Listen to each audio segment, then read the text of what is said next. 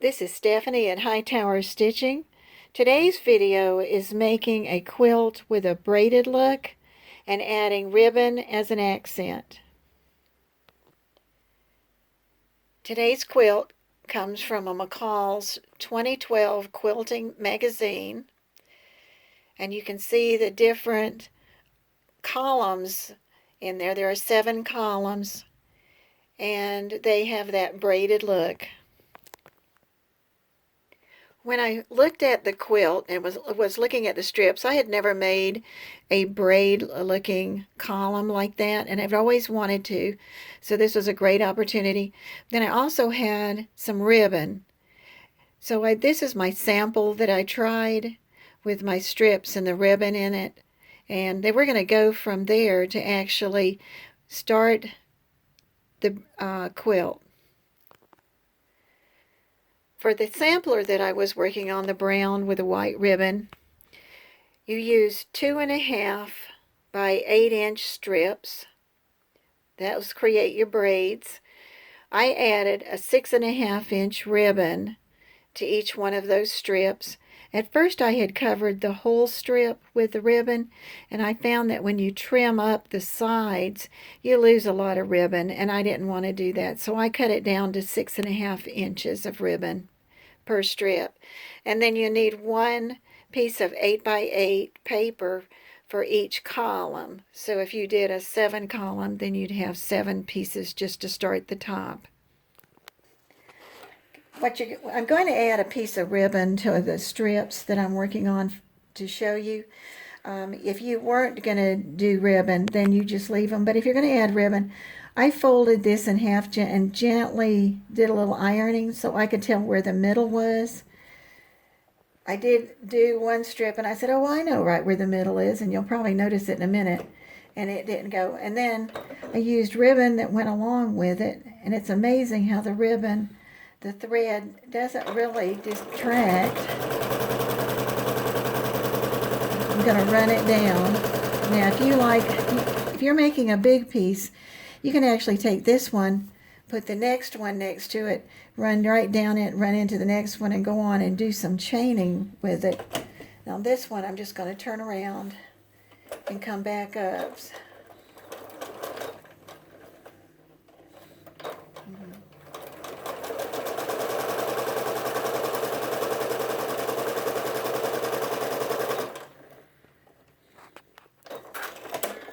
Okay, so now I've got 4 pieces, and I'm gonna go ahead and show you what you do with this. You take your 8 by 8 piece of paper,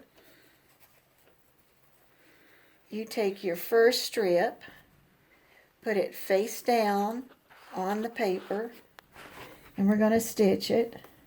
And you don't have to worry about your needle too much because you're only going to be stitching on the paper for 2 seams. This is the first one. And I'm just going straight down that piece of paper. And I'm going to stop. Now, you fold that piece back.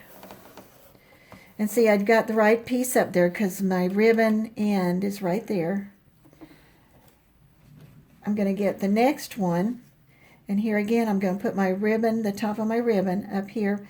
And it's going to be even with the fabric. And as you look, you'll see we're not covering all of the white paper this time. We've got this end, and that doesn't matter. And we're going to take and stitch this one. It's really kind of fun once you get started, and you just go back and forth from side to side. And you can stop in between and run it to the ironing machine, and then do it back. Now we're ready to go on to the second row. This would be like 1 row. The second row, you take your ribbon again, you bring it over, you fold it up, even with the top.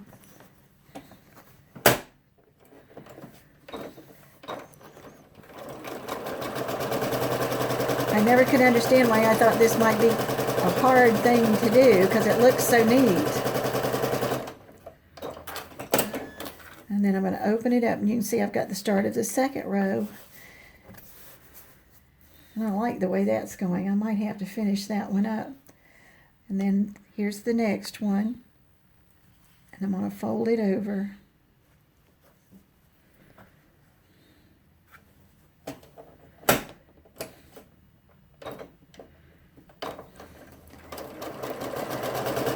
And run this.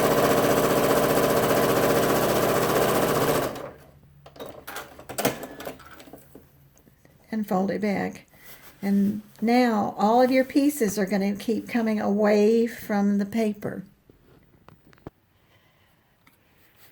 Okay, this is the one that I showed you at the beginning that I had finished, and it's got 1, 2, 3, 4, 5, 6, 1, 2, 3, 4, 5, 6 pieces going down, 6 rows. But the thing that surprised me was you do have some waist with this. And the first one starts with going up to the top, and you're going to go across where that point is right there, and have it.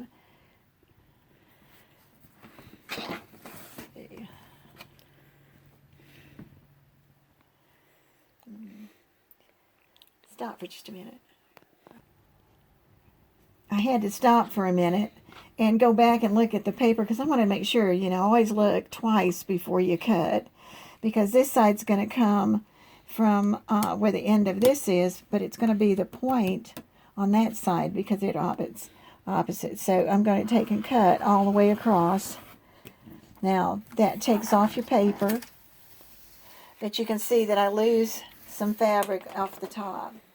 Then I go to this middle. And on this one, I'm going to lay it even and squared up. And cut it off. And you can see why I cut my ribbon shorter the next time, because I had some waste there. And then you have the other side. And you line it up with the one that's the farthest in.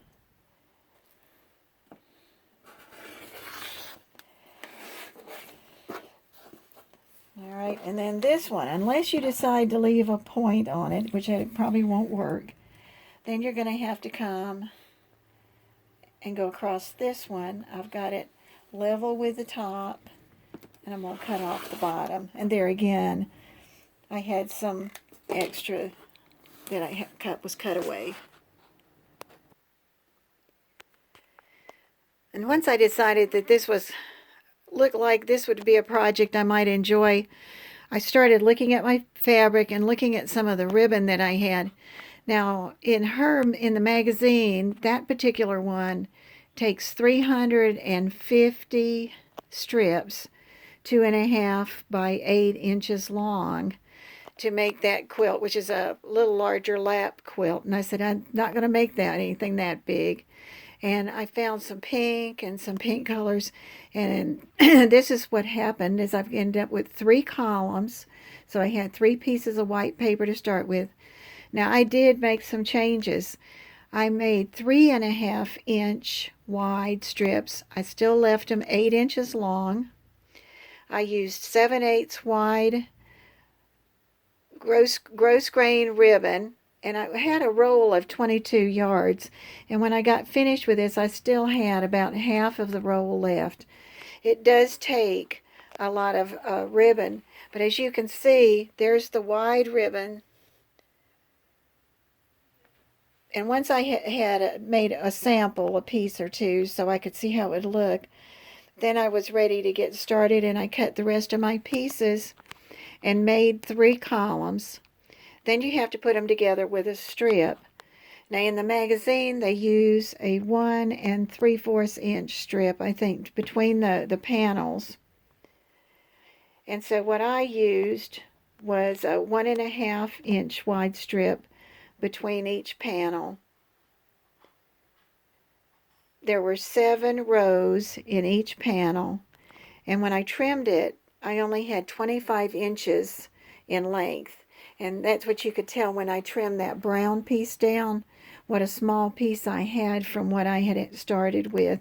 But this, which is going to be a baby blanket or a baby gift, is 35 by 36 inches.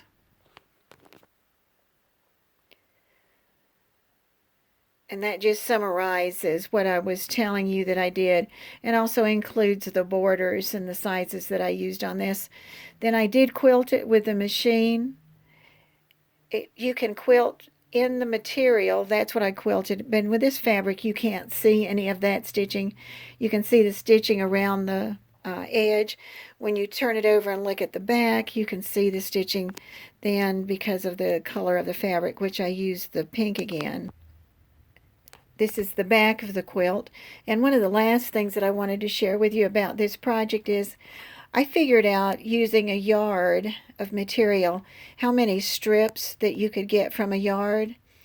The top two panels are 2.5 inch. The one on the left is having the 2.5 that go down 8 inches, and then the one on the right is the 8 inches going across, and the circled number, or the number down there that's orange, tells you how many strips that you could get. And then the bottom section, this is using the 3.5. And if you were making the 3.5 in columns, in the first one on the left, going down 8, you could get 44. And on the right hand side, if you use 3.5 and you cut your pieces going with the grain across the fabric and you had 5 pieces, you could get 50 strips that way. That would be a way to think about how much material you might need. This is a braided looking quilt with ribbon added for accent. Thank you for watching this video. If you like this project, please subscribe and hit like.